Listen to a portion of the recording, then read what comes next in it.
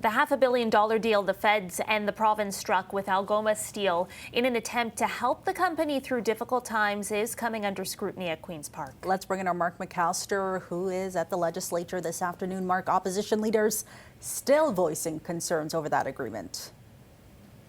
Yeah, it continues today here at Queen's Park after a lot of questions yesterday about whether or not the Ford government, or the federal government for that matter, actually knew about the layoffs that were to come from Algoma Steel before they offered up some money in the terms of loans and funds to help that company along. We know that 1,000 people are going to end up losing their jobs after an announcement earlier this week.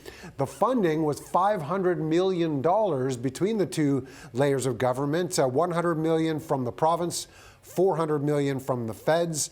That was to help Algoma remain, quote, commercially viable and a stable source of jobs in Canada. As a result of the U.S. tariffs, of course, it's not working out that way. Algoma officials say they've lost $500 million in the last quarter. On Wednesday, we found out that government officials actually did know about the jobs that were going to be lost, and that promoted an exchange in question period here at Queen's Park today. The Premier handed $100 million over to the big bosses with no strings attached.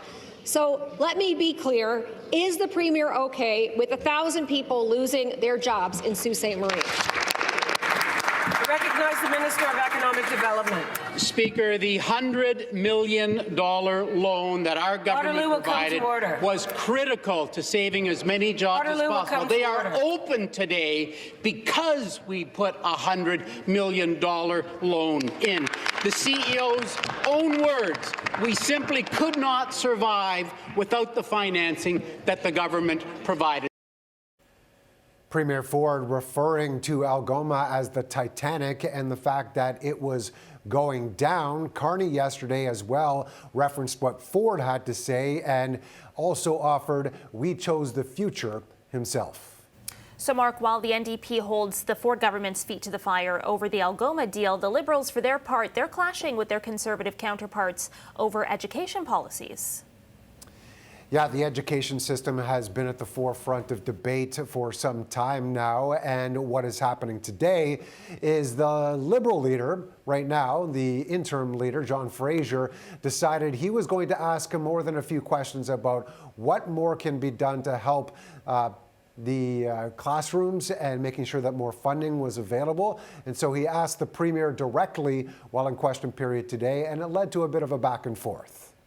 So when will the Premier do the simple math and make sure we have enough adults in our schools, to qualified adults, to take care of our kids? When are you going to stand up for kids? Get out of your seat. We've hired 9,000 educators. 9,000. We've spent $16 billion on building new schools across the province. $3.6 billion to build 139 schools. You voted for it. You voted to close 600 schools, fired thousands of teachers. That is hypocrisy at its best. At its best. Madam Speaker, we're setting a record. Premier, you have to withdraw. I'm sorry, withdraw. So the Premier being given a warning as a result of calling it hypocrisy. So the Liberals are calling schools not safe, that classes are too big, not enough support for special education, a mental health crisis among youth leading to violence. And so today, they're once again calling for the Ford government to come forward, saying there's not enough qualified adults. You heard that from Fraser.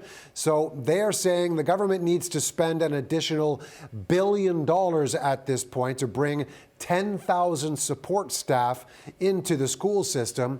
We're actually going to be hearing from John Fraser a little more this afternoon. He's going to be bringing that up. At the same time, we've heard a lot of criticism about what's happening in the advisory body that's going to be created as a result of EQAO scores that were brought up earlier this week. So a lot of back and forth happening right now between opposition parties and the Ford government over education as well.